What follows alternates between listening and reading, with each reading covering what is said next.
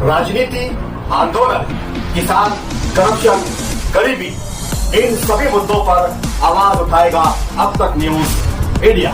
सत्ता के आगे जब भी सवाल कमजोर पड़ने लग जाए तो सवाल उठाने पड़ते हैं। बोल के लफ्ज आजाद है तेरे, बोल के सच जिंदा है अब तक। आदाब नाजरीन, अब तक न्यूज इंडिया में आपका इस्तकबाल है। मालेगांव म्युनिसिपल कॉर्पोरेशन ने 72 करोड़ 47 लाख रुपए के मजमूई हदफ में से अब तक सिर्फ 33 करोड़ 40 लाख रुपए वसूल किए। तकरीबन 39 करोड़ 6 लाख रुपए अभी बकाया, जो कि इंतजामिया के लिए बड़ा चैलेंज है। मालेगांव म्युनिसिपल कॉर्पोरेशन के महकमा सेहत और सफाई ने शहर को प्लास्टिक से पाक बनाने के लिए सख्त मुहिम शुरू की है। गुज़िश्ता 5 दिनों के दौरान शहर के मुख्तलिफ इलाकों में कार्रवाई करते हुए तकरीबन 11 से 12 दुकानदारों पर फी कस 5,000 रुपए जुर्माना आयद किया गया, जिसकी मजमूई रकम 55,000 रुपए बनती है। मालेगांव में पोषण आहार के तहत काम करने वाले बावर्ची और मुआनिन के लिए अपने एजाजिया में इजाफे और दीगर मुतालबात के लिए वजीर तालीम दादा भुसे के दफ्तर पर भीख मांगो एहतजाज किया। दादा भुसे ने फोन पर इन एहतजाजियों को यकीन दिलाया कि काबीना ने इजाफे की तजवीज मंजूर कर ली और इस्लाम पार्टी का शेख आसिफ ने आज प्रांत ऑफिसर और तहसीलदार से शहर में वोट मैपिंग न करने वाले बीएलओ के खिलाफ शिकायत दर्ज कराई और काम न करने वाले बीएलओ पर सख्त कार्रवाई का मुतालबा किया है। आज मालेगांव शहर में अतिक्रमण मुखालिफ मुहिम के तहत आयशा नगर व अतराफ के इलाकों में कार्रवाई की गई और रोड व गटर पर किए गए अतिक्रमण को बुलडोजर के जरिए तोड़ दिया गया। साबिक रुकन पार्लियामेंट संभाजी राजे छत्रपति ने खुद साख्ता भोलू बाबा अशोक खरात के खिलाफ शदीद गुस्से का इजहार करते हुए कहा कि अगर आज छत्रपति शिवाजी महाराज होते तो वो ऐसे शख्स को पहाड़ से नीचे फेंकने की सजा दे देते। एनसीपी रहनुमा एकनाथ खड़से और बीजेपी के वजीर गिरीश महाजन के दरमियान जमीन की खरीदारी के मामले पर शदीद लफ्जी तकरार जारी है। गिरीश महाजन ने खड़से को चैलेंज किया था कि अगर उन्होंने गलत तरीके से जमीन खरीदी है तो खड़से इलेक्शन कमीशन में शिकायत क्यों नहीं करते।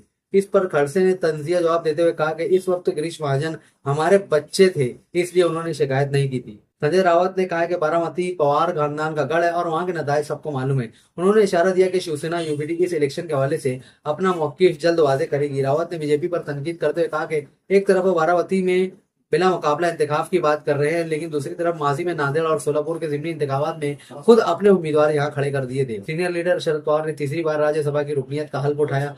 तबीयत नासाज होने के बावजूद उन्होंने व्हील चेयर पर बैठकर यह हल्फ लिया।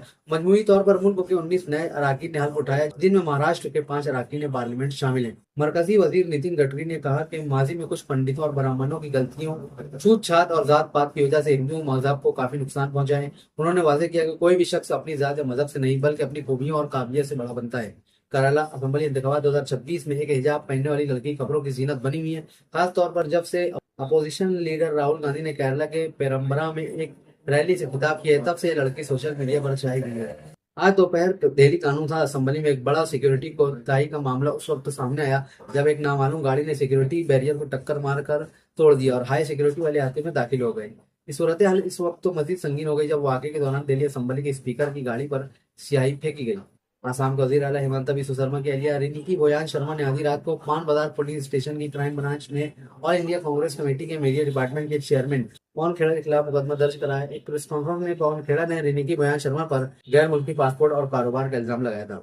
हैदराबाद इलाके माधापुर में एक हौलनाक सड़क हादसा पेश आया, जिसमें एक तेज रफ्तार ट्रक ने स्कूटर पर सवार खातून को टक्कर मारकर तकरीबन 5 किलोमीटर तक घसीटा, जिसके नतीजे में आयशा नामी 22 साल खातून मौका पर ही दम तोड़ गई।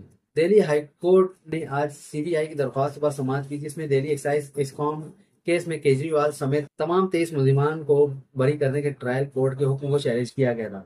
ईरान पासदारान इनकलाब के इंटेलिजेंस तंजीम के सरबराह मेजर जनरल सैयद माजिद खादमी को हलाक कर दिया गया। फारस न्यूज एजेंसी पर जारी करदा IRGC के बयान के मुताबिक खादमी अमरीकी सहनी दुश्मन के दहशतगर्दाना हमले के दौरान मारे गए। इजरायली फौज ने कहा है कि हैफा में ईरानी मिसाइल हमले के मकाम में 4 अफराद मुर्दा पाए गए हैं। वो मलबे के नीचे फंसे हुए थे और रात भर की इमदादी कोशिशों के बाद उन्हें ढूंढ निकाला गया। वाज़ेह है कि वस्ती इजराइल और हैफा में ईरान ने तबाहकुन मिसाइल दागे हैं। एक तरफ ईरान और अमेरिका के दरमियान जंग जारी है, वहीं पाकिस्तान और अफगानिस्तान के दरमियान एक बार फिर लड़ाई छिड़ गई है। इतवार को ड्यूरन लाइन पर दोनों फरीकैन के दरमियान शदीद फायरिंग हुई। इस हमले में कम से कम 6 पाकिस्तानी फौजी मारे गए। ईरान अमेरिका जंग के दरमियान ईरान ने इशारा दिया है कि आपना होर्मुज़ अब इसके कंट्रोल में एक स्ट्रेटेजिक हथियार बन चुका है। ईरान पासदारान इनकलाब के मुताबिक इसकी इजाजत मिलने के बाद गुज़श्ता 24 घंटों में 15 बहरी आबनाए होर्मुज़ से गुजरने की इजाजत दी गई। मगरबी एशिया में बढ़ते हुए तनाव के दरमियान सिफारती सरगर्मियां अचानक तेज हो गई हैं। अमेरिकी सदर डोनाल्ड ट्रंप की मुकर्रर करदा डेडलाइन खत्म होने से ठीक पहले ईरान, मुत्तहिदा अरब इमारात और कतर ने भारतीय वजीर खारजा एस जयशंकर को फोन किया और मौजूदा हालात पर बातचीत की।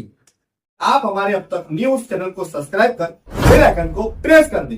और अगर आप हमारी मदद करना चाहते हैं तो आप हमारे ज्वाइन का बटन दबाकर हमारी मेंबर्स आदमी भी आप ले सकते हैं। इससे आप हमारी मदद भी कर देंगे और हमारी बेबाकी को चार चांद लगाने का काम भी करेंगे। तुबा कॉस्मेटिक कंप्लीट स्किन सॉल्यूशन आपके लिए लाया है धूप से बचाने वाली डे क्रीम, सौले चेहरे को गोरा करने वाली नाइट क्रीम, फुंसियों के लिए TC skin cleaner and serum, सर्दी में जिल्दों को ताजा रखने वाला मॉइस्चराइजर, 7 दिनों में गोरा करने वाली क्रीम, आंखों के नीचे कालापन को दूर करने वाला टीसी डार्क वे सीरम, हाथ और गर्दन का कालापन दूर करने वाला साबुन। हमारा पता याद रखें, कुसुम्बा रोड, औलिया मस्जिद के सामने, तुबा कॉस्मेटिक कंप्लीट स्किन सॉल्यूशन।